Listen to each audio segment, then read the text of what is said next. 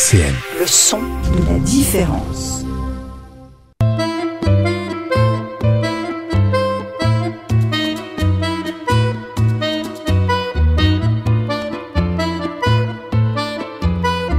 Culture partagée sur RCN. Gilles Le Sauroy. Bonjour, une nouvelle émission en bonne compagnie, puisque nous sommes en compagnie d'une compagnie. Je reçois aujourd'hui la Mâchoire 36 avec deux de ses membres, enfin ses deux membres fondateurs même, devrais-je dire, c'est-à-dire Estelle Charles et Fred Parison. Bonjour. Bonjour. Oh, bel ensemble, là, on sent qu'il y a du vécu commun. Alors, bien sûr, on va parler de l'actualité de la compagnie qui va se produire bientôt, pas loin d'ici. Mais auparavant, je voudrais qu'on fasse un petit peu un tour d'horizon de votre travail, de tout ce qui a présidé peut-être à la mise en place de la compagnie et puis de vos formations à l'un et à l'autre qui sont très différentes et je pense très complémentaires. Alors peut-être la première question, la plus évidente, comment est née la Mâchoire 36 ? Qui s'y colle ? Ouais, bah moi je Fred. Oui, alors la Mâchoire 36 est née en 98, ouais. C'est 1998 donc. On avait envie, alors à l'époque on était assez jeunes et on était un peu bercés par tout ce qui se faisait en spectacle de rue, voilà, le Royal de Luxe, des choses comme ça. Et on a eu envie de monter notre compagnie. Alors on était issus l'un et l'autre, on avait une expérience avec la compagnie d'ancienne Materia Prima, oui. Déjà. Et puis voilà, on avait envie de lancer notre compagnie. On était aussi bercé par le Haus Theater Dance, des choses comme ça, voilà, sur Nancy. Alors des choses qui sont déjà du théâtre, mais un petit peu à côté quand même. Oui, art plastique et performance, voilà, dans les deux choses, cas. Ouais. Voilà. Et puis, voilà, on avait une envie d'un spectacle qui s'appelait l'Aquarium. Et puis, on a lancé la compagnie sur ce spectacle-là, l'Aquarium, qui était un spectacle de rue, bricolé avec des objets de récupération. Oui. Voilà. Et on a essayé de trouver un peu des gens qui voulaient nous accompagner sur ce projet, de s'entourer. Et puis, on a sorti ce premier spectacle à la campagne. On avait monté ça dans une grange à Manoncourt. Oui. Voilà. D'accord. Et puis voilà quoi, c'était ça un peu le début, ça a été ça. Oui. Oui, Estelle, si tu veux compléter, vas-y. Ouais. Et puis voilà, ce qui est important de noter, c'est que la singularité de la compagnie, elle s'est fondée sur la rencontre de Fred et de moi. Donc à l'époque, en effet, on avait 25 ans, on était très jeunes. Et Fred venant vraiment purement des arts plastiques, étant un plasticien, voilà, avec une formation que tu as arrêtée en cours de route des Beaux-Arts à Metz. Et moi, à l'époque, j'avais suivi le cursus en 4 ans avec Daniel Pierson, qui était associé, ça s'appelait le Training Actors à l'époque. Mmh. Et il était associé au CDN de Nancy avec Charles Torgman. Voilà, donc on a eu envie de faire dialoguer théâtre et arts plastiques. Comment on pouvait faire du spectacle avec des arts plastiques et comment on pouvait faire des arts plastiques avec du spectacle. Ouais. Et ce qui fait que ça nous a fait créer des spectacles singuliers dans ce dialogue, comme disait Fred, avec cette influence très forte d'une forme artistique performative, art plastique, art de la rue. Et on avait aussi beaucoup d'utopie, qu'on a toujours, mais qui était vraiment de créer des spectacles accessibles à toutes et à tous, d'où le désir de faire des spectacles de rue, pour pouvoir vraiment être dans la gratuité, l'accessibilité, une écriture vraiment pour tous, à tout âge, quel que soit... Voilà, son âge, sa culture, le lieu de vie, voilà, on était vraiment dans cette volonté-là. Et ça, c'est quelque chose qui est resté. On est sorti des arts de la rue, mais je dirais que c'est un fil conducteur dans tout le travail artistique et politique, finalement, de la compagnie. Oui. Alors, tous les deux, vous avez employé, je crois, le terme bricolage, à propos de l'utilisation des arts plastiques et de la volonté de construire quelque chose qui soit, je sais pas, si on peut dire à la croisée des deux. Et cette notion de bricolage, alors comment vous la définiriez? Comment vous concevez ça? Ça veut dire que vous utilisez surtout des choses qui sont, je ne sais pas, de la récupération? Ou est-ce que vous vous interdisez d'aller vers telle ou telle forme d'objet ou de réalisation parce que ce ne serait plus suffisamment artistique ou plus suffisamment brut dans la matière utilisée? Comment vous utilisez ce bricolage-là? Alors, on travaille un peu de façon quand même assez instinctive, on va dire. C'est-à-dire qu'on ne sait jamais... c'est un peu le cheminement de la compagnie. C'est-à-dire qu'on a commencé, comme je disais, avec l'aquarium, avec quelque chose qui était très bricolé, mais en même temps, je crois que c'est avec nos personnalités. Et c'est vrai que tout le côté plastique, c'est moi qui l'ai amené, ce côté bricolage. Ouais. Alors, en effet, il est sur les matériaux, souvent, voilà. Mais il est aussi sur c'est toute une façon de travailler. C'est-à-dire que la construction, toutes les constructions de spectacles, on ne fait jamais appel à quelqu'un. C'est moi qui construis tout, voilà, et cette notion de bricolage, elle est aussi due au fait que moi j'ai aucune formation en fait au départ, donc je bricole des choses, voilà, je travaille aussi, j'ai aussi beaucoup travaillé pour d'autres compagnies sur des machines, sur des donc ce côté bricolage, il est aussi très comment dire, c'est aussi dans la façon, c'est une volonté en tout cas de montrer comment les choses se font. Oui, parce que souvent ce bricolage, si je reprends le terme, apparaît jusque sur la scène. C'est pas uniquement un bricolage qui est fait en amont, c'est aussi des choses qui se construisent sur scène. Oui, exactement. Le but, il est vraiment de montrer comment les choses... c'est-à-dire que on n'a pas envie de montrer un objet fini. Ouais.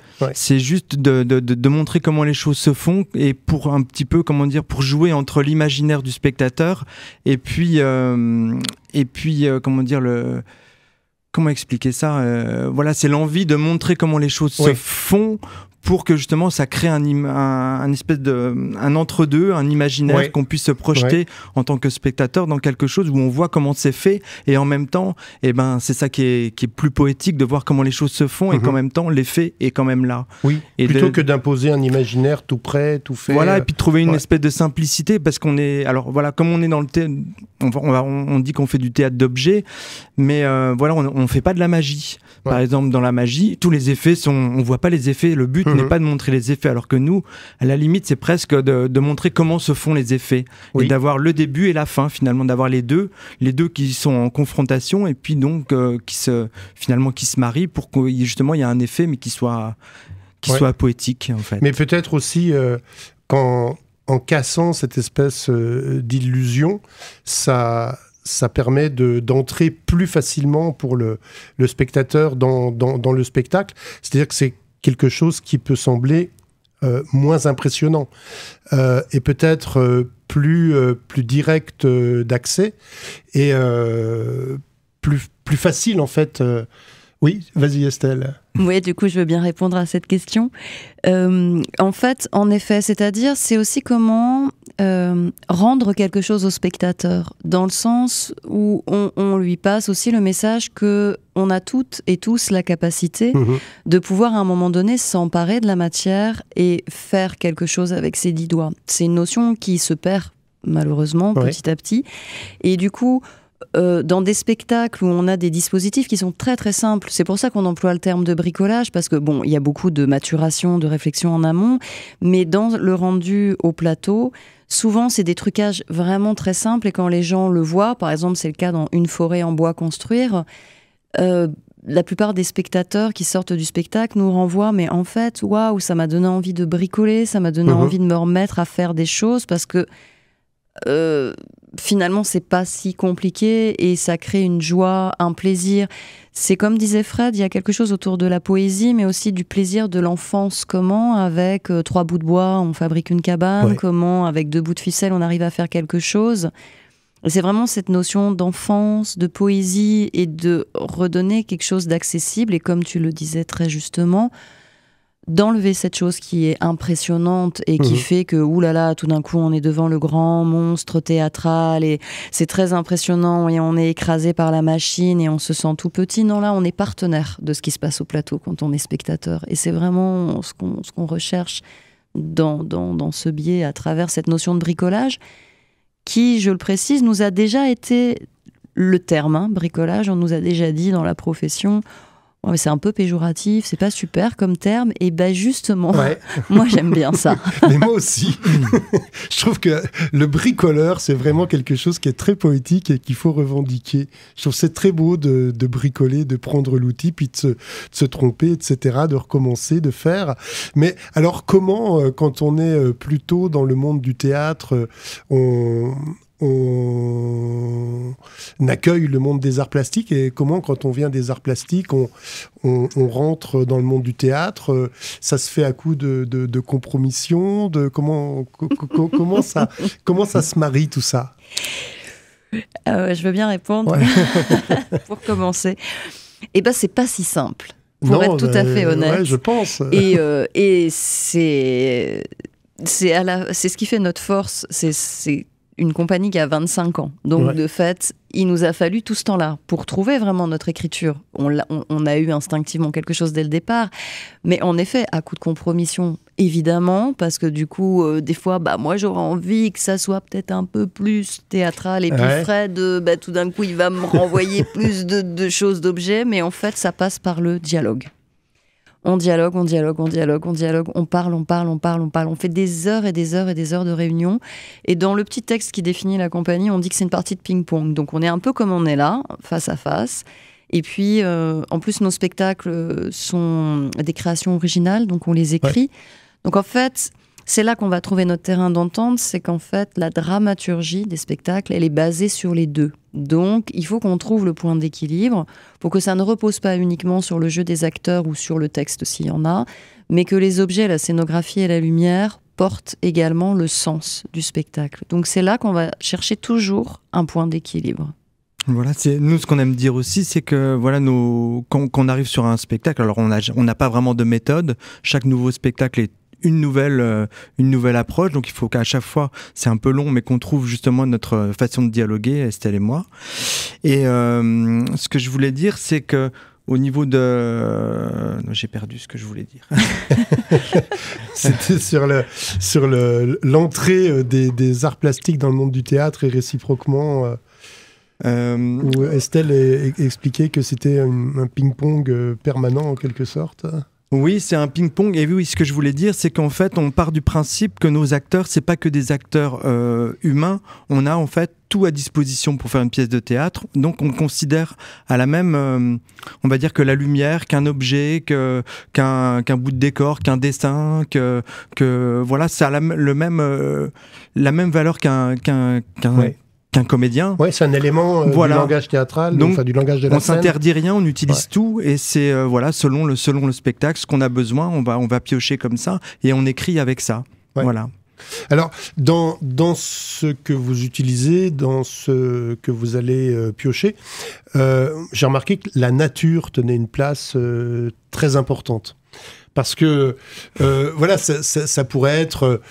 on a peut-être en tête d'autres formes d'art qui peuvent se rapprocher de ce dont vous parlez à travers des constructions architecturales un peu bricolées, etc. Mais chez vous, j'ai l'impression que vraiment la nature, le bois, l'environnement, c'est extrêmement présent. Alors d'où ça vient, ça? Je pense que ça vient de l'enfance. Et je pense que c'est quelque chose qui, justement, j'en parlais, suit vraiment toutes nos créations. Il y a vraiment, pour Fred et moi, un rapport, on s'est aussi trouvé là-dessus, un rapport à la nature, à l'enfance, à la joie de l'enfance, de pouvoir bricoler. Finalement, on revient toujours dans les mêmes choses. Cette joie qu'on peut perdre, cette inventivité qu'on peut perdre en grandissant, cet émerveillement permanent. Et voilà, moi j'ai grandi à la campagne, donc j'ai un lien particulier. Fred, toi aussi.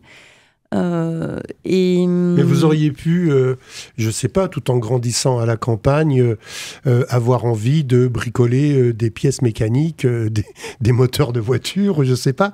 Est-ce que c'est vraiment, c'est ça, c'est l'environnement naturel de la campagne qui vous a donné envie de travailler sur ce matériau naturel ? Et puis une prise de conscience politique qu'on a eue assez tôt. En fait, on est issus l'un et l'autre à la base, avant même d'être dans la question de la théâtralité ou des arts plastiques, du milieu rock nancéen. Ouais. On fait partie de cette génération début des années 90. On organisait des concerts, on allait voir plein de concerts. On était vraiment, c'est ça.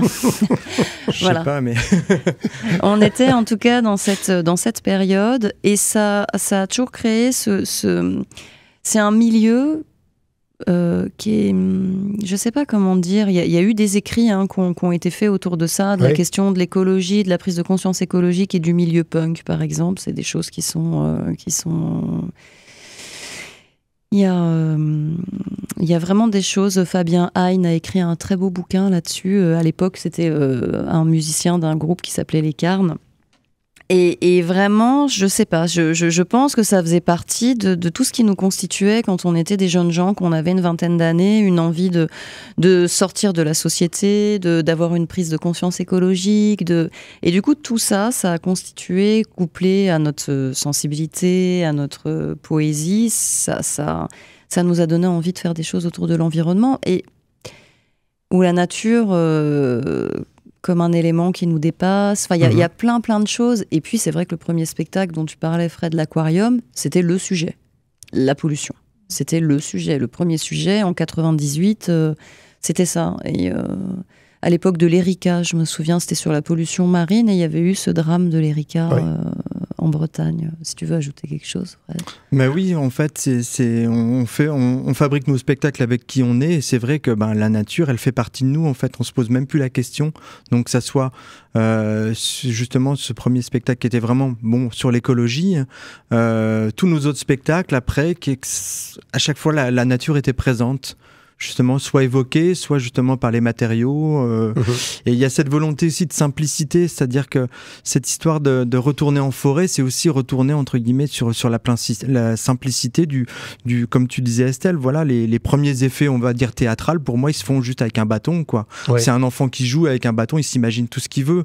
C'est-à-dire que le bâton, il devient un fusil, il devient une canne à pêche, il devient tout ce qu'on veut. Et si on les assemble, ça devient une cabane, ça devient un château, ça devient un bateau, ça devient vraiment tout ce qu'on veut. Et c'est vraiment cette idée-là qui guide un peu, en tout cas pour ma part, sur cette envie de pièces de théâtre, en fait. C'est vraiment de pouvoir jouer avec des matériaux, et de façon très simple, pour justement éveiller l'imaginaire, pour que le spectateur il soit là, et puis juste en lui donnant quelques petits indices, quelques ingrédients, il se fabrique lui-même son imaginaire, voilà. Et la nature, je crois que c'est le lieu pour ça, en fait.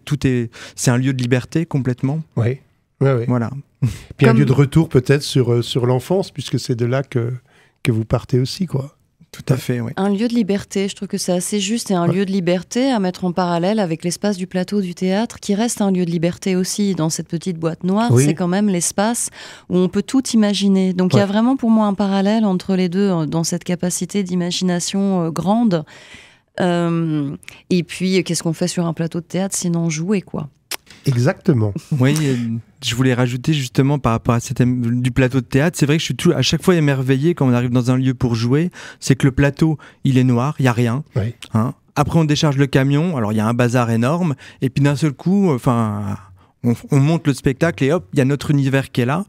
Et puis, une fois que le spectacle est fini, on replie tout, et puis de nouveau, c'est ce même endroit qui est noir. Et je suis à chaque fois émerveillé du fait que, voilà, dans ce même endroit, il y a plein d'univers qui passent, toutes les compagnies d'avant ou les compagnies d'après, et que le lieu reste le même, mais qu'à chaque fois, c'est autre chose. Ouais. Voilà. Eh bien, moi, je vous propose qu'on fasse une première pause musicale, et puis nous reprenons notre passionnante conversation juste après. Culture partagée sur RCN avec Gilles Le Sauroy. On retrouve Fred et Estelle de la Mâchoire 36. Une question que je ne vous ai pas posée. D'où vient ce nom, Mâchoire 36 ? Intriguant. Oui. Alors, à l'époque, on était jeunes et on avait envie d'un nom qui soit percutant, mordant, oui, c'est le cas je de connais le dire. ça. Voilà. Puis comme on disait, on venait d'un milieu qui était plutôt un milieu rock, donc ça sonnait un peu comme un nom de groupe finalement déjà, la mâchoire. Voilà. Ouais, c'est ça. Donc la mâchoire 36 et 36. Alors, est-ce que c'est l'inconscient qui a parlé parce que j'habitais 36 rue de la Gare? Je ne sais pas. Ou est-ce que c'est... 36 chandelles, c'est 36... ouais. On va vous en faire voir 36 chandelles, tous les 36 du mois. Enfin, il y a beaucoup d'expressions. 36e dessous. 36e degré. Non, enfin voilà, on voulait un nom percutant et puis on était un petit peu coquin. Donc on s'est dit, quand on nous demandera ce que ça veut dire, et ben du coup, ça sera toujours une réponse compliquée. Il n'y a pas d'évidence en fait dans ce nom, mis à part le fait qu'on voulait un nom percutant qu'on n'oublie pas. Oui. Et voilà, je crois que c'est le cas. Et ça fait pas un peu peur? Est-ce qu'on vous a pas dit ça, que mâchoire, ça fait pas mâchoire mécanique ou je sais pas? C'est peut-être moi qui fantasme comme ça, mais est-ce que c'est pas un peu effrayant, non? Mais peut-être, après tout, c'est un nom qui intrigue et on se pose des questions.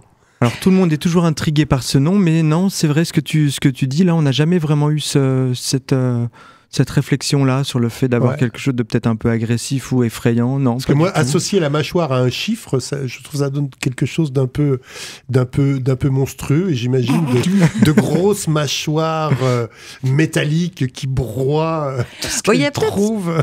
Mais il y a peut-être un peu de ça, mais à l'époque... Donc c'est bien dans le côté un peu punk industriel, peut-être. Ouais, puis le côté mécanique, oui, parce que dans nos spectacles, il y a toujours un peu de mécanique aussi, donc pourquoi pas, peut-être. Mais je pense que tu as raison, c'est aussi quand même le côté un peu punk industriel. Voilà, on l'a monté en 98, cette compagnie, on a posé les statuts en 97. Nous, on était dans Materia Prima depuis 1992, avant ça, donc on était vraiment dans cet univers. Et avant Materia, on était encore dans le milieu rock, donc il y avait vraiment... Après, aujourd'hui, on est une compagnie estampillée jeune public et ça passe, ça va. Bon, ça va, faites pas peur aux petits-enfants. Non. Hein, c'est la Saint-Nicolas là, qui vont se faire dévorer. Non, pas du tout. Bon. Est-ce que dans votre parcours, enfin j'imagine que oui, il y a eu des points... des moments charnières, des moments marquants où vous avez soit affirmé une direction qui était déjà prise ou explorer de nouvelles directions. Quels ont été un peu les paliers comme ça de votre évolution? S'il y en a eu. Oui, il y en a eu. Le premier palier, c'était vraiment faire des spectacles de rue. Et c'est ce qu'on a fait pendant pas mal d'années. Et puis... moi, le premier palier, en tout cas qui a été personnel, mais qui a influencé finalement le travail de la compagnie, c'est qu'au bout de 10 ans de vie professionnelle, j'ai eu envie de me reformer et j'ai participé à la première promotion de la FEAR, la formation avancée itinérante des arts de la rue à Marseille, qui a été montée à l'époque par Michel Crespin. C'était la première promo, je crois qu'aujourd'hui ils en sont à la 15e ou à la 16e, je ne sais plus.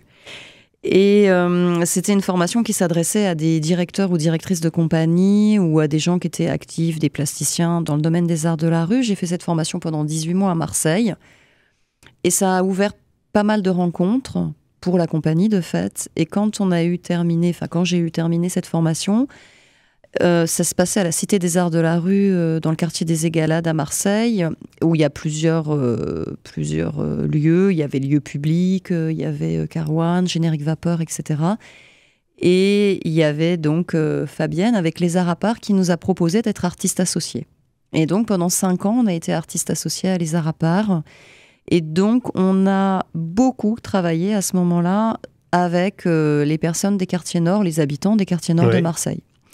Donc on a vraiment développé très fortement, à partir de ce moment-là, un travail sur le territoire, sur les quartiers. Et ça a été une aventure passionnante parce que, comme disait Fred, jusqu'à présent, on était en art de la rue et on avait beaucoup travaillé avec Seine et Territoire, plutôt en campagne. Et là, on était propulsés, et de façon extrêmement positive, c'était vraiment très très chouette. On travaillait vraiment sur des quartiers, gros quartiers, qui effraient tout le monde quand on prononce le mot Marseille, mais en fait c'était vraiment, c'était super. Et voilà, c'était principalement avec des ados et des jeunes adultes, donc on était vraiment dans un domaine qui était assez nouveau pour nous finalement. et qui était vraiment très... et puis bon, voilà, c'était la culture de Marseille, donc carrément autre chose, mais qui nous a fait vraiment avancer, quoi. Prendre du recul aussi sur notre travail, voilà. Et c'est vrai que du coup, on a créé des spectacles participatifs avec des jeunes des Égalades, de la Castellane, c'était vraiment super bien. Travailler avec d'autres artistes marseillais, avec un slammer, Cher Sal. On a travaillé aussi avec Michel, qui était clown. Et en fait, ça a influencé finalement le parcours de la compagnie. Parce que finalement, on a vraiment développé cette partie qui ne nous a plus quitté d'action avec les publics. Ouais. Et qui a continué à guider et à nourrir notre écriture. C'est-à-dire que dans le processus d'écriture des spectacles, souvent, en amont, selon les partenariats qu'on va tisser avec les personnes, ou en tout cas les théâtres avec lesquels on va travailler, on mène des ateliers. Et quand on est revenu, parce qu'on est resté du coup 7 ans au total à Marseille, ensuite on a arrêté cette résidence, elle arrivait à sa fin, et on a eu une deuxième étape qui était Philippe Sidre au théâtre Gérard Philippe. À Frouard, oui. Tout à fait, qui était une scène conventionnée pour les arts de la marionnette et le théâtre d'objet, qui nous a dit moi j'ai très très très envie de vous accueillir en résidence dans un collège pour poursuivre ce travail avec les populations plutôt ados. Parce que c'est vrai que c'était un public adolescent à Marseille, enfin adolescent, jeune adulte. C'était ça. On a aussi beaucoup travaillé avec l'école de la seconde chance à Marseille, aux abattoirs et tout ça. Et du coup, on est revenu en Lorraine. Et là, ça a été une nouvelle étape parce que finalement, Philippe nous a fait faire cette résidence en collège de Frouard. Et puis ensuite, on a fait une résidence estampillée, résidence régionale triennale. Et ça nous a fait tout d'un coup quitter les arts de la rue, mais c'était le bon moment, pour travailler en salle. Vraiment, presque au bout de 15 ans d'art de la rue, on s'est retrouvés à travailler en salle et à développer un langage. Philippe disait peut-être ça serait intéressant de développer un langage autour du jeune public. Vu que vous avez toute cette expertise, cette expérience à travers les ateliers, les actions culturelles, les créations participatives avec le jeune public, à quel endroit ça pourrait être intéressant pour vous. Et on s'est lancé dans cette aventure. Donc c'était un nouveau palier. Et finalement, les paliers, à chaque fois, qui ont fait avancer la compagnie, étaient souvent en lien avec des vrais temps. Par exemple, ce partenariat avec les Arts à part à la Cité des Arts de la Rue à Marseille, ou alors ce vrai temps où on a posé nos valises avec Philippe, parce que finalement, il y a eu cette résidence au collège, 3 ans de résidence, et quand les 3 ans se sont terminés, il nous a proposé une résidence en quartier, sur le quartier ZEP de la Penotte à Frouard, pour faire un travail de création participative avec les habitants. Donc finalement, on est resté 5 ans au TGP. Oui, quand vous arrivez quelque part, vous vous incrustez. Vous êtes parti pour 5 ans à Marseille, vous êtes resté 7 ans. 3 ans au TGP, on n'arrive plus à s'en débarrasser. Et en même temps, nous, on n'est pas des rapides, on travaille de façon très lente.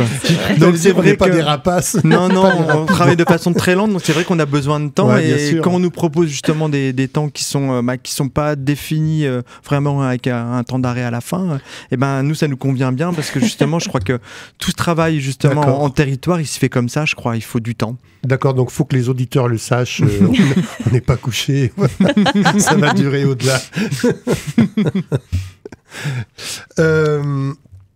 Vous avez l'un et l'autre évoqué donc ce palier. Je ne sais pas s'il y en a d'autres moments qui ont été des moments de carrefour ou des moments charnières dans l'évolution de la compagnie, ou c'est vraiment ça qui a été déterminant.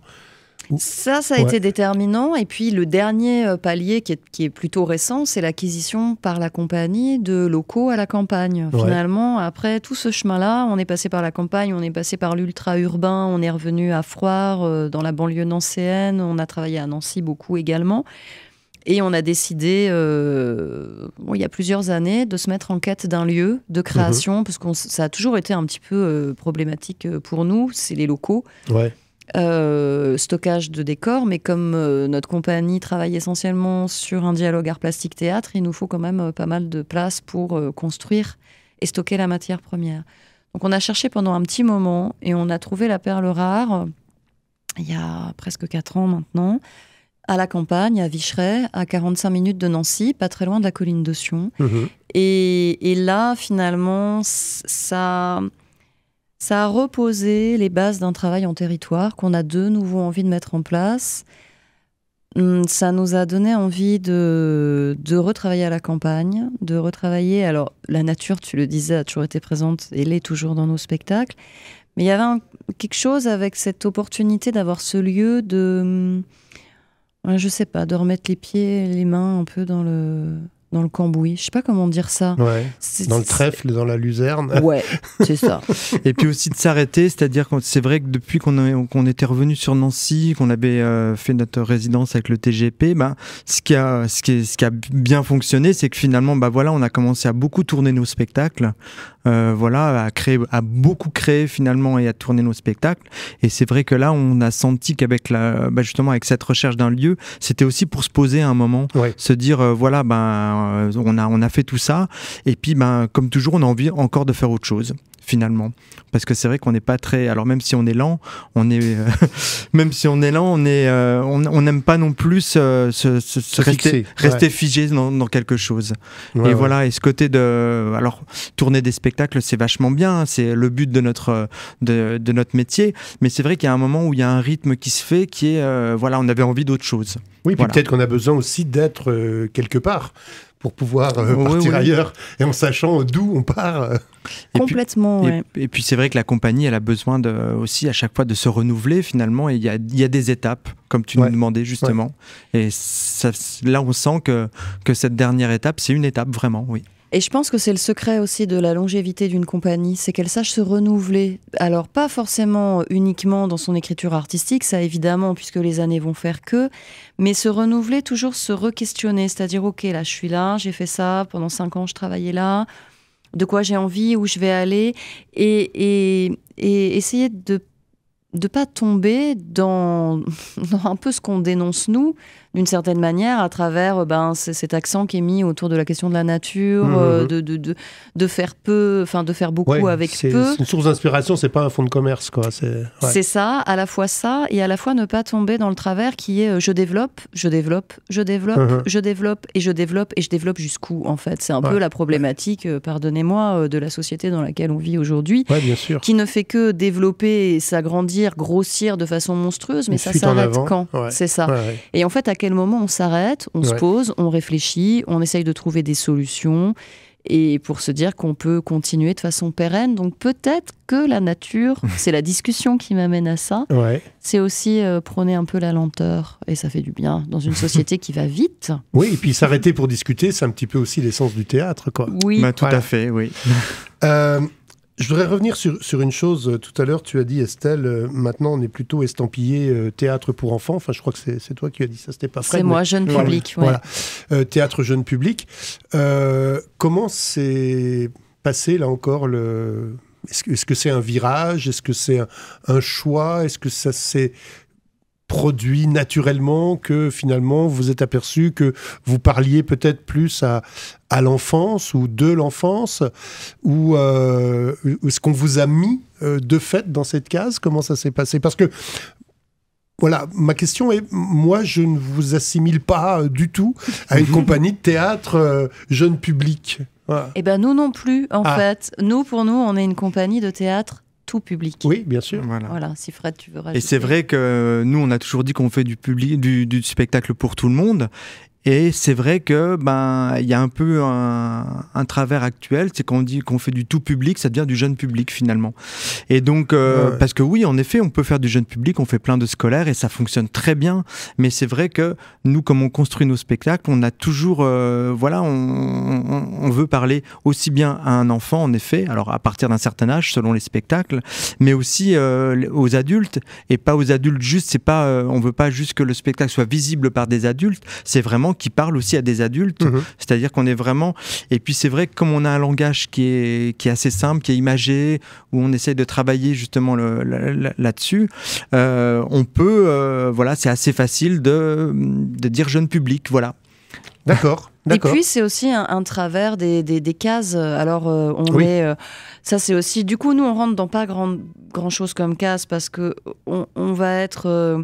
théâtre. Alors donc voilà, il y a la case théâtre, il y a la case musique, il y a la case marionnette, il y a la case théâtre d'objets, puis il y a la case danse. Il faut rentrer dans la bonne. Et puis il y a la case jeune public, puis il y a la case expérimentale. Contemporaine. C'est ça. Et en fait, on peut aussi faire un peu tout ça. Et en fait, la vie, elle est réellement faite de tout ça. Moi, je ne suis pas juste une personne avec une chose. Je suis une personne avec une multitude d'autres personnes. Bien sûr. Voilà, j'ai 50 ans et du coup, j'ai 50 années qui me constituent. Donc, à l'intérieur de moi, c'est un peu comme une matrioshka. Donc, c'est la même chose, je dirais, pour les spectacles. Et on en parlait il y a très peu de temps avec notre référent culture, Pierre-Aimé, à la région. Albrecht, ouais. Voilà, tout à fait. Voilà, qu'on salue et qu'on aime beaucoup. Et qui nous disait, voilà, on doit vous présenter dans un comité, puisqu'on dépose une demande de conventionnement. Et il disait, voilà, la mâchoire 36, voilà, vous êtes pluridisciplinaire pour moi. Et il a tout à fait raison. Ouais. Il disait, cette pluridisciplinarité fait que je pourrais vous mettre presque dans toutes les cases, en réalité. Danse, mais ça musique. marche pas. Mais ça marche pas. Bah non. Donc voilà. Donc du coup, on a choisi théâtre. Et pour moi, on fait du théâtre tout public. Ouais. Voilà. Et on va faire une deuxième pause musicale. Culture partagée sur RCN avec Gilles Le Sauroy. On retrouve Estelle et Fred de la Mâchoire 36. Alors, on a parlé création, on a parlé projet artistique, public, etc. Et dans la création, on a beaucoup évoqué cette esthétique de bricolage, de nature.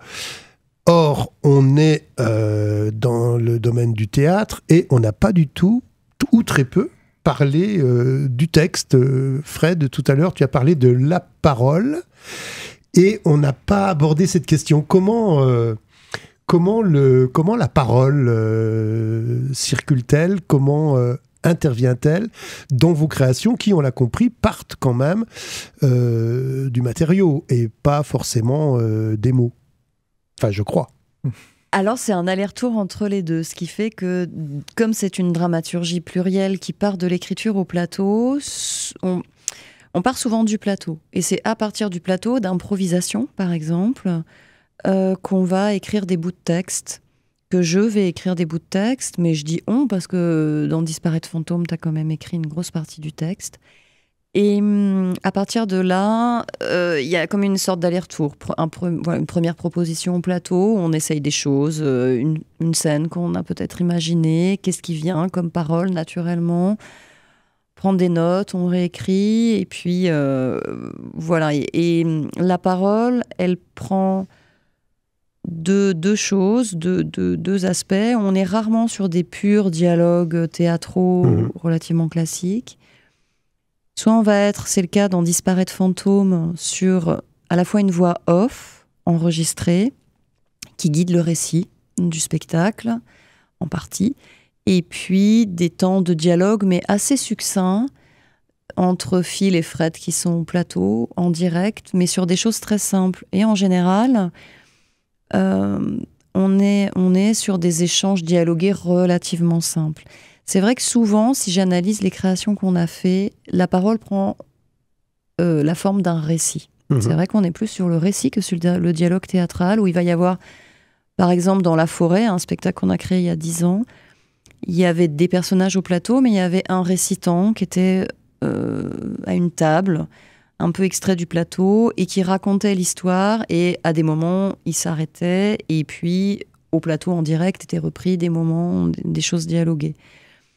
Dans Disparaître fantôme, le fil conducteur, c'est un récit enregistré qui est un journal de bord où le personnage principal se pose des questions sur ce qu'il habite autour de son angoisse liée à la disparition. Dans Une forêt en bois, c'est le journal, le reste du journal inspiré de Walden, de Thoreau, voilà. Ça prend cette plus là, je dirais que c'est quelque chose autour du récit, et que la théâtralité va être habitée au plateau plus par les corps, des dialogues assez simples, et puis comme disait Fred, les objets, la scénographie, la lumière. Ouais. Et il y a un moment où ce texte se fixe, où il reste mouvant en permanence. Totalement fixe. Il n'y a aucune improvisation dans nos spectacles. Tout est mais millimétré, c'est ça le plus dur, c'est qu'une fois qu'on a tout, comme on tire sur une ficelle, il y a un truc qui tombe, à ce moment-là, tac, machin doit dire ça, et puis après, paf, le régisseur doit envoyer tel texte, etc. Finalement, il n'y a aucune place à l'improvisation malgré les apparences dans nos spectacles. Oui, c'est ce que j'allais dire. Est-ce que comment c'est reçu de la part du public? Est-ce qu'on vous pose souvent cette question de savoir si tout ça est plus ou moins bricolé, mais dans un sens différent de celui qui est votre pratique, ou est-ce que tout est construit? Enfin, vous venez de répondre, mais est-ce qu'on vous interroge souvent là-dessus? Oui, ça nous arrive parce qu'on fait souvent des bords plateaux, justement, avec justement scolaire par exemple. On fait des bords plateaux et c'est vrai qu'il arrive des fois cette question de savoir, mais oui, mais est-ce que c'est toujours comme ça, ou est-ce que ça change, ou est-ce que vous improvisez? Et en fait, non, il n'y a pas du tout d'improvisation parce que justement, ce qui tient un spectacle, c'est le rythme. Ouais. Et le rythme, c'est les déplacements, le rythme, c'est en effet la parole, c'est aussi la manipulation des objets, et puis le décor qui évolue, qui change. Et donc, c'est vrai que si on était dans une improvisation, mais en fait, assez vite, ça serait imbuvable parce qu'on comprendrait plus rien du tout. Justement, comme on joue en plus sur... des fois, c'est la parole qui guide. À d'autres moments, c'est plutôt un objet, plutôt des fois de l'écriture, un dessin. Il y a pas mal de spectacles aussi où il y a du dessin qui se crée en direct. Et pour nous, c'est comme une écriture. Et c'est vrai que si c'était improvisé... je crois que on comprendrait rien en fait. Comme on est justement sur une écriture qui navigue, donc sur différents supports. Orienté. C'est le rythme qui guide vraiment tout. Ouais. Voilà. Ok. Et du coup, c'est vrai que pour moi, c'est dans la répartition des tâches entre guillemets dans la compagnie, Fred construit, conçoit tous les décors et c'est moi qui assure toute la mise en scène des spectacles, donc qui suis garante de cette écriture au plateau et de ce rythme.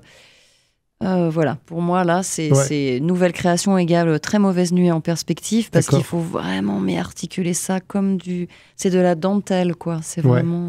Chacun son axe, quoi. Il y a l'axe des propositions et des choix, et puis il y a l'axe de l'arrangement de ces choix. Complètement. Ouais. C'est assez mathématique, ça, finalement. Complètement. Et moi, j'ai un esprit très mathématique. Voilà. Le syntagme et le paradigme, quoi. On est dans... Exactement. Mais c'est vrai, hein. Et Estelle nous dit toujours, justement, à partir du moment où on est vraiment dans la répétition, dans le rythme, de dire, mais c'est une chorégraphie, en fait. Ouais. Prendre tel objet, dire telle parole, se déplacer de telle manière sur le plateau. En fait, c'est une véritable chorégraphie. Et c'est vrai qu'il n'y a aucune place à l'improvisation. Sinon, ça ne fonctionne pas. Bien sûr, ouais. Ce que je leur dis toujours, c'est un seul mouvement. C'est-à-dire du moment où le spectacle commence, qu'on a posé un pied au plateau ou qu'on a fait le premier geste, c'est un seul mouvement jusqu'à la fin du spectacle. Ouais. Donc il faut tenir ce mouvement jusqu'au bout et ce mouvement engage vos corps, vos voix et tout le reste.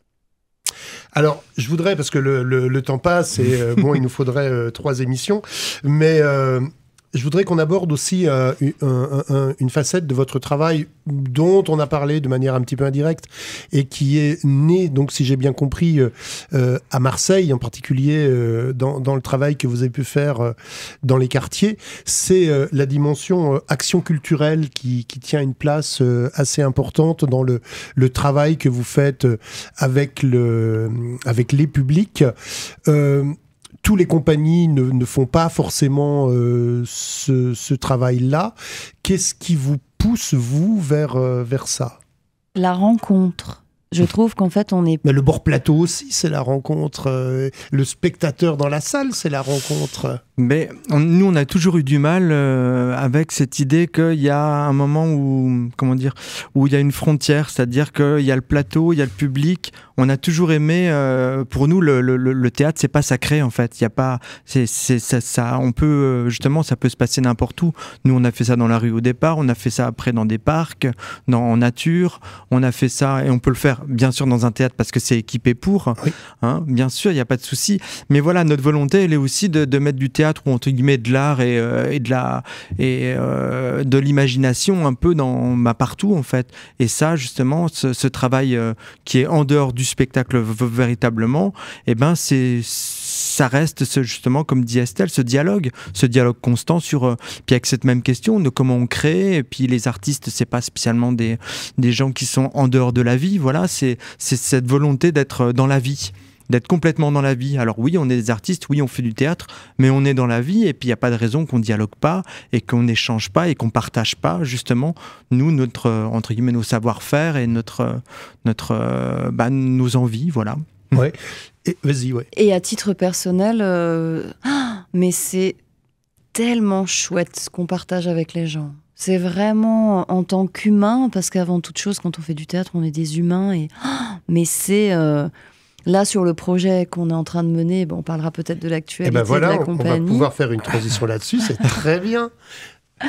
Et là, donc, on a un projet justement en territoire. On a monté un projet qui s'appelle S'effacer, paysage avec fantômes, qui est un peu la queue de comète, la continuité de notre création en salle, Disparaître fantôme. Ouais.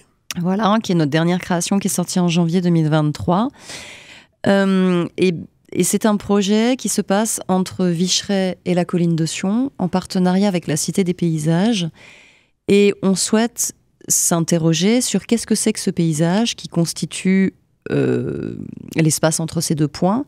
Donc, globalement le Saintois, mais on s'est fixé vraiment, on a mis une croix sur une carte Vicheret, une croix sur la carte colline de Sion, et on arpente le paysage entre les deux et on va à la rencontre des habitants, qu'on interviewe, qu'on questionne sur leur rapport au paysage, à sa métamorphose, sa transformation, sa potentielle disparition, la question du réchauffement climatique qui est derrière tout ça, qu'est-ce que ça va engendrer, quelles questions ça leur soulève, quel est leur rapport au quotidien à ce paysage, leur rapport poétique, leur pratique. Et tout ça vient nous inspirer. Et on va réaliser un film documentaire qui sera la trace de cette aventure, qui sera projeté. Donc la finalité, tout ça aura lieu le 7 septembre à la Cité des Paysages, qui est partenaire du projet, comme j'ai dit. Donc c'est un film documentaire qu'on réalise avec Vincent Tourneau et Sacha Parison, qui sont deux vidéastes. Et à côté de ça, donc on va faire une exposition qui va relater également toute cette aventure.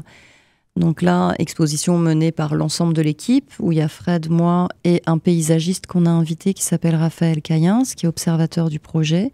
Et puis on va créer une forme spectaculée qui va rendre compte, donc on va jouer en extérieur, qui va rendre compte de cette aventure également. Donc en fait, là, dans ce travail en territoire, on va à la rencontre des habitants et on fait le pari de comment les habitants viennent nourrir notre écriture, du film documentaire, du spectacle et de l'exposition. C'est-à-dire qu'on n'arrive pas avec une idée présupposée, on a des questions, on a juste un axe, c'est mettre des fantômes dans le paysage. Dans le sens où le fantôme devient une figure qui révèle un paysage. Si je prends, par exemple, là, je regarde par la fenêtre, je vois l'immeuble qui est devant moi. Si tout d'un coup, paf, devant cet immeuble, on met la figure d'un fantôme, ça crée une mise en abîme qui vient à la fois raconter tout ce qu'il y a eu avant, donc l'histoire passée de cet espace, mais qui vient questionner aussi la potentielle disparition de l'être humain. Parce que s'il n'y a plus personne pour regarder ce paysage, est-ce que ce paysage existera encore ? Voilà. Donc, cette figure, donc on a un petit jeu, on fait tout un tas de choses avec les gens qu'on va rencontrer, on leur met des costumes des fantômes, on fait des performances dans la nature. Et les gens se prêtent facilement au jeu. Oui. Ah, mais on rigole beaucoup. Ils vous regardent pas un peu comme des extraterrestres, des théâtreux qui débarquent Si, certainement, mais je crois que ça les amuse et ils ont envie de participer, en fait. Et puis ils sont hyper... je crois que c'est pareil, ça remet du dialogue. Là, on va faire un grand repas. On a rencontré une vingtaine de personnes déjà. Il nous reste encore à peu près 5 interviews à réaliser. Et là, on va faire un grand banquet justement à Vicheret, dans le lieu de la compagnie, pour faire que tous ces gens que nous, on a rencontrés individuellement, mais qui ne se connaissent pas entre eux, se rencontrent et voir qu'est-ce qu'on va partager ensemble. Et puis, on aimerait embarquer une partie, tout le monde ne sera pas partant, mais une partie de ces gens-là, pour ensuite travailler sur un spectacle participatif qui sera la finalité. Donc, le 7 septembre va se dérouler une après-midi ou une journée autour de la Mâchoire 36 et de ce travail, avec une exposition, un spectacle et la projection du film. Et là, je trouve qu'à travers cette expérience, on comprend bien toute la richesse et toute la démarche en fait de votre travail. Comment vous intégrez à la fois l'environnement, que ce soit la nature ou les gens, et quelle place ils ont à l'intérieur des spectacles, et quelle place les spectacles ont à l'intérieur de l'environnement des gens qui, à leur tour, viennent voir les spectacles, etc., quoi. C'est super bien résumé. Très bien merci. C'est un métier. Vous savez. Ah, mais oui. Alors, peut-être que avant le 7 septembre à la Cité des Paysages à Sion, il y a d'autres choses dans votre actualité qui se produisent et dont on pourrait dire un petit mot avant de se quitter ? Alors, il y a plusieurs représentations de nos spectacles. On a 3 spectacles en tournée actuellement. Donc, les prochaines dates, c'est la semaine prochaine à Villers-lès-Nancy.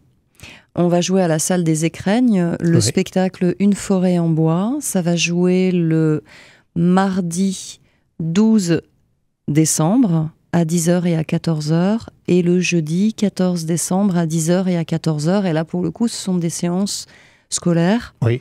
Alors après, si ouverte je pense que oui, si dans nos auditeurs, il y en avait qui avaient le souhait de venir, il suffirait de contacter la compagnie, donc de nous contacter. Sur le site internet de la compagnie, la mâchoire 36. Voilà. .com, tout à fait. Et là, on peut sans problème vous trouver une petite place.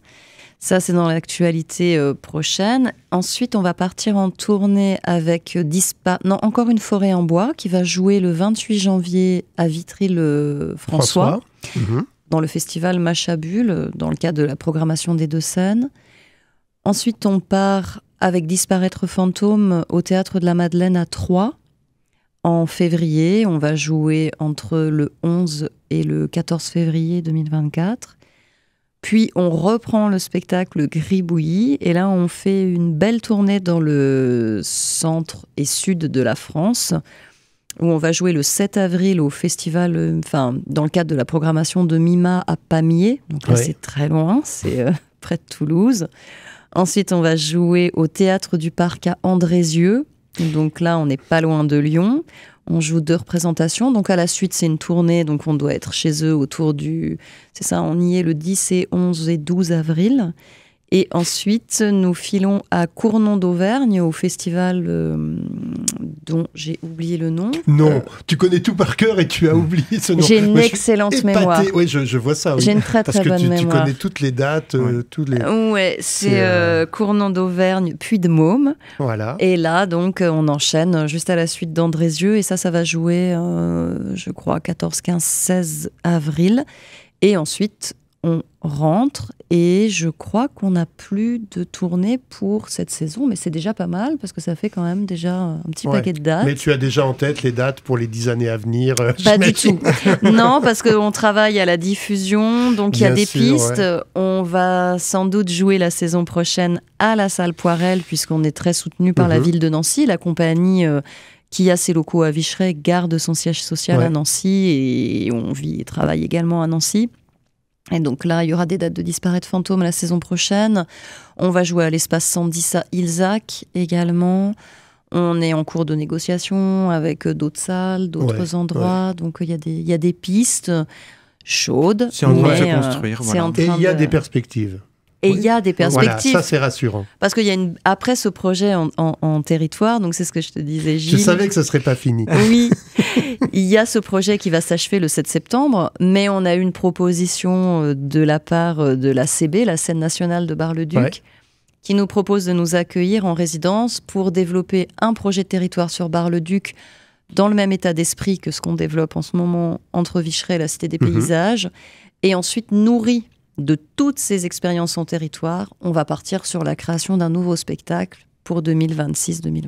Eh bien, je vous réinviterai pour venir en parler, parce que je pense qu'on n'a pas épuisé le sujet. En tout cas, merci Estelle, merci Fred. Et puis, beaucoup de réussite et de belles rencontres à la Mâchoire 36 pour les projets qui sont en cours. À bientôt. Merci, au revoir, chers auditeurs. Merci beaucoup pour ces questions. Le mois prochain. Merci à vous. Au revoir.